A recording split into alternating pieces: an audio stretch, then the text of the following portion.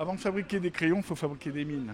Les mines, historiquement, donc la première mine, c'était les mines les plus fabriquées au monde, c'était évidemment les mines graphite. Ce sont souvent des mines d'écriture ou de dessin qui sont constituées de graphite et d'argile, donc que des produits naturels. Donc c'est un mélange, en fait, on va préparer des bouts, on les appelle comme ça, des bouts d'argile et de graphite qu'on va filtrer, qu'on va sécher, qu'on va malaxer, remalaxer, et on verra un peu plus loin, on va les extruder. C'est-à-dire qu'en fait, on va les pousser, les presser à travers une pièce métallique avec un trou pour faire une espèce de spaghetti sans fin qu'on va couper, ressécher, et c'est comme ça, enfin vous voyez, qu'on fabrique en fait les mines. Cette partie de l'usine, c'est la cuisine en fait. C'est ici qu'on va partir de recettes.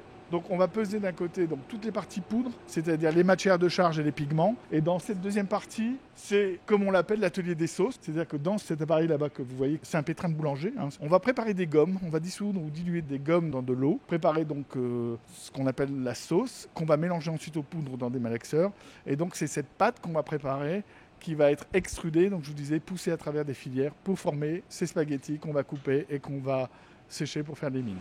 En termes de chiffres, on a combien de produits qui sortent chaque année de vos usines? Je ne peux pas vous dire des chiffres précis, c'est des dizaines de millions, mais de mines, de craies, de pastilles de gouache, de litres de gouache, on fait de la gouache liquide.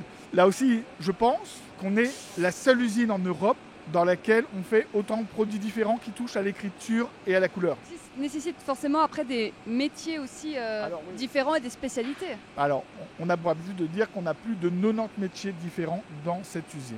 On travaille le bois, on travaille le métal, on travaille les métaux précieux, on travaille la chimie, on fait de la cuisine, comme vous voyez ici. On a énormément de métiers différents, ce qui est très compliqué à gérer, on peut l'imaginer, en termes de ressources.